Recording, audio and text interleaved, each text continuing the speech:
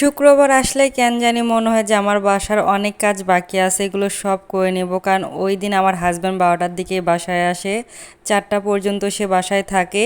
এই সুযোগে ভাবে আমি বাবুটা তাকে দিব এবং সব কাজ করে নেব। এবং দিন শেষে রাতের বেলা আমি যখন ঘুমাতে যাব আমি কোমর ব্যথায় নড়তে পারি না, আর সারাদিনের জন্য আফসোস করি। তো আসসালামু আলাইকুম এভরিওয়ান।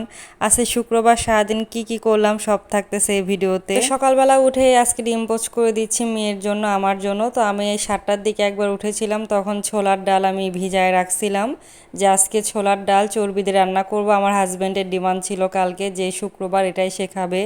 আমাদের বাসায় যখন যেটা আমার হাজব্যান্ড খাইতে চায় সেটাই করি। শুক্রবার হিসেবে যে মাংস রান্না করতে হবে এটা না, আমাদের যেদিন যেটা খাইতে মন চায় আমরা সেটাই করি। সকালবেলায় আমিও ডিম পোচ করে খেয়ে নিয়েছি, আর কফি আর কেক ছিল ওটাও খেয়ে নিয়েছি। আর এখানে চর্বি রান্না হয়ে গেল। এটার রেসিপি দেইনি কারণ এর আগে 2বার এটার রেসিপি দেওয়া আছে আমার আগের ভিডিওতে। ভাতটাও বসা নিলাম। আজকে 11টার মধ্যে আমার সব রান্না হয়ে গেছে। তো ভাবলাম পুরা বাসাটা আজকে ডিপ ক্লিন করব। আমার বাসায় যদিও কেউ আসে না, আমার হাজব্যান্ড অলওয়েজ একটা কথাই বলে, তুমি বাচ্চা নিয়ে থাকো, এত চাপে থাকো, তারপরে প্রত্যেক দিন কেন তুমি বাসা ক্লিন রাখো? আমার বাসায় তো কেউ আসে না, তাহলে কেন তো চাপ নাও? তাকে আমি বুঝাতেই পারি না যে আমার মনের শান্তির জন্য আমি এগুলো করি। আমার মতন কে কে আছে জানি না, কিন্তু আমাদের বাসায় 1 মাসেও কেউ আসে না। আমার নিচের একটা ভাড়াটিয়া ভাবি আছে, সেও আসে না আমার বাসায়। জানালাই গল্প হয় বা ছাদে গল্প হয়। তারপর আমি প্রত্যেক দিন বাসা ক্লিন করি। তো আজকে তো সব কিছু একদম ডিপ ক্লিন করছি, মুছে দিয়েছি। তো ভাবলাম টয়লেটটাও ক্লিন করি। তো কাপড় ছিল 2 দিন আমি কাপড় ভেজাইনি, আমার অনেকগুলো কাপড় জমা হয়েছে। তো কাপড়গুলো কেচে দেওয়া হয়ে গেছে। তো এরপরে ভাত খাবো আমরা 2জন মিলে। তো সব কিছু টেবিলে সাজাইলাম। আমার হাজব্যান্ড নামাজ পড়তে গিয়েছিল, তো আমার হাজব্যান্ড নামাজ পড়ে এসে 2জনে একসাথে খাওয়া দাওয়া করলাম। তো অনেকগুলো মাজা বাকি ছিল, ওগুলোও কমপ্লিট করলাম। একদম রান্নাঘরটা ক্লিন করলাম। বাসা যেদিন আমি মুছে দিই আমার নিজের কাছে অনেক শান্তি লাগে। এই রোজ রোজ বৃষ্টি আমার ভালোই লাগতেছে না। 2 দিন আগের কাপড়গুলাই শুকায়নি, আজকে আবার কাপড় ভিজাইছি, সেগুলো রোদে দিতে পারি নাই। সিঁড়ির বেলকনিতে দিয়ে আসছি, আর বাকি কাপড়গুলো রুমে রাখছি। তো যাই হোক, বেলা বুটের ডাল রান্না করেছিলাম, আমার হাজব্যান্ডের নাই খুব ভালো লেগেছে, তো সে বেশিরভাগই খেয়ে ফেলেছিল। তো রাতের জন্য একজনের তরকারি ছিল, তো ভাবলাম যে এখানে চচ্চড়ি করি পাঙ্গাস মাছ দিয়ে। তো এখানে রান্না করা হয়ে গেল, বিকেলবেলা আমি এটা শেষ করেছি রান্নাটা। আমার হাজব্যান্ডকে বলেছিলাম জাম্বুরা বা আনারস পাইলে তুমি নিয়ে আসিও, কালকে বাজারে এসে পাইছে, নিয়ে আসছে। তো এটা আবার মাখলাম, আমার কাছে খুব মজা লাগে সিজনাল ফলগুলা।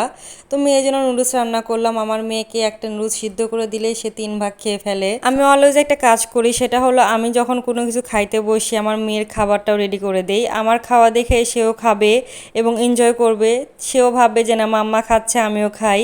তো এই জিনিসটা আমি ছোট থেকে ওর অভ্যাসটা করাইছি। নিস্তালার ভাবি সন্ধ্যার দিকে মুড়ি মাখা দিয়ে গেছে, মা মেয়ে বসে এটা খাইলাম। তো আমার হাজব্যান্ড আসছে 11টার পর আসছে, লেট করে কেন আসছে আমি জানি না।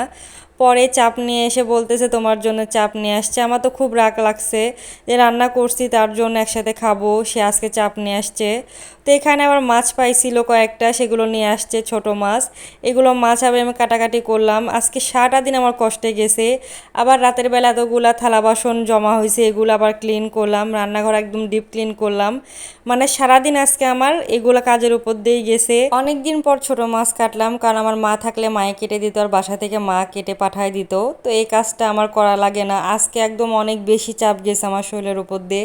এর ভিতরে আমার মেয়ে আজকে ঘুমাচ্ছে না, রাত 2:30 পর্যন্ত জেগে আছে, আর আমি রাতে 3টার দিকে ভিডিও এডিট করতেছি।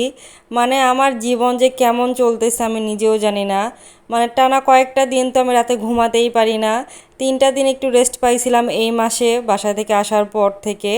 আমার মেয়ে রাত্রের বেলা জ্বালাই, দিনের বেলাও কম জ্বালাই, কিন্তু জ্বালাই। মানে একটা শখের মেয়ে যে এত আমাকে জ্বালাইয়া মারতেছে, তাও আল্লাহর কাছে লাখ লাখ শুক্রিয়া। কারণ আমার আশেপাশে অনেক ভাবিদের দেখি তারা আল্লাহর কাছে কত চাচ্ছে বাচ্চা, কিন্তু মেয়ে বাচ্চা পাচ্ছে না। তো সেখানে আমি এক চাওয়াতে পেয়ে গেছি আলহামদুলিল্লাহ। কয়দিন পর আমার মেয়েটাও বড় হয়ে যাবে, সে ব্যস্ত হয়ে থাকবে তার নিজের লাইফ নিয়ে। তো এগুলো মিস করব তখন। তো আজকের মতো এতটুকুই, টাটা বাই বাই, আল্লাহ হাফেজ।